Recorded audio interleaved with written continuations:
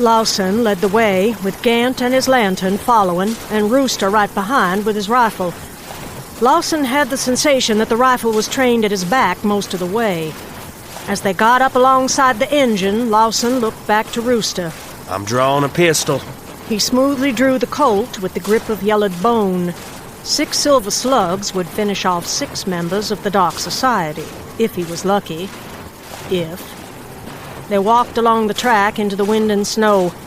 Already the pile of boulders and smaller rocks looked to be frozen together. Gant's light picked out the prints of Tabber's size 12 boots heading around to the side of the obstruction. A shift of the lantern further to the right showed a rocky decline stubbled with gnarled pine trees, junipers, aspens, and a ground covering of sagebrush and greasewood shrubs. Lawson figured this was a perfect place for an ambush, be it from bandits, Indians, or other. Tabbers! Tabbers! Answer up!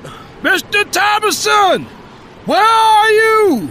Gant started to walk around the blockage. Don't go any further. The conductor obeyed without question. He lifted the lantern and swung it back and forth. Tabbers! We're here, Jack! Answer us! Lawson caught a movement to the left, over where the rugged cliffs started to rise. Then there was a movement to the right, down among the pines and the thicket. No one else could have seen these flashes of motion but he, for he knew they were creatures moving at rapid speed from one hiding place to another. How many had gathered here?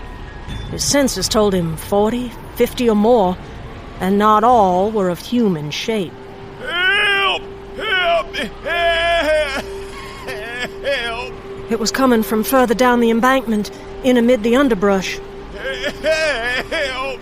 Help! Hear that? Coming from down there! Mr. Tabberson, where are you? Help, please! I hear him! Jack! Are you hurt? Maybe he's got a broke leg. Took a tumble, that could have busted his leg. I gotta get to him. Listen to me. Lawson put a hand on Rooster's coat collar before the man could start down and held him in an iron grip. You don't know what's down there. Tabbers is finished. Even if they let you get close to him, you wouldn't find him. But they'd have you. Let me go, hear me? I said I You're gotta... not going. Neither of you are. I told you, he's finished. Help me! Help me! They're moving him. Come on, we're getting back inside. No, sir! No, sir! Rooster tried to push Lawson away, but it was like one man trying to move the biggest boulder on the track. Mr. Tabberson's hurt, and he needs help! You can't help him. I can't either. Gant, start back. You follow him. Go on! In spite of the Winchester, Lawson gave Rooster a shake when the fireman didn't obey.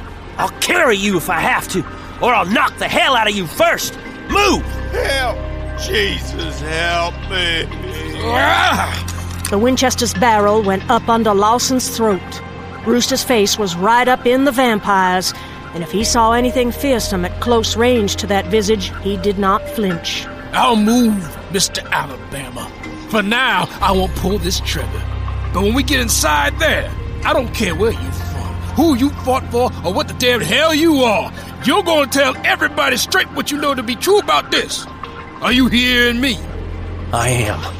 Now do what I'm telling you. Rooster peered down the embankment again. Once more, Lawson thought the young man was going to try to go after Tabbers, but then the rifle barrel left Lawson's throat, and Rooster followed Gant and his lantern back toward the locomotive and the passenger car. The vampire gunfighter stood alone, but he was not alone for very long. He sensed rather than saw the movement behind him, and in a blur he whirled around with the Colt full of silver angels ready to fire. A little boy sat atop the biggest boulder. You don't want to do that. The boy was maybe 12 years old, but Lawson knew that was only an appearance. He had been taken and turned young, that was for sure.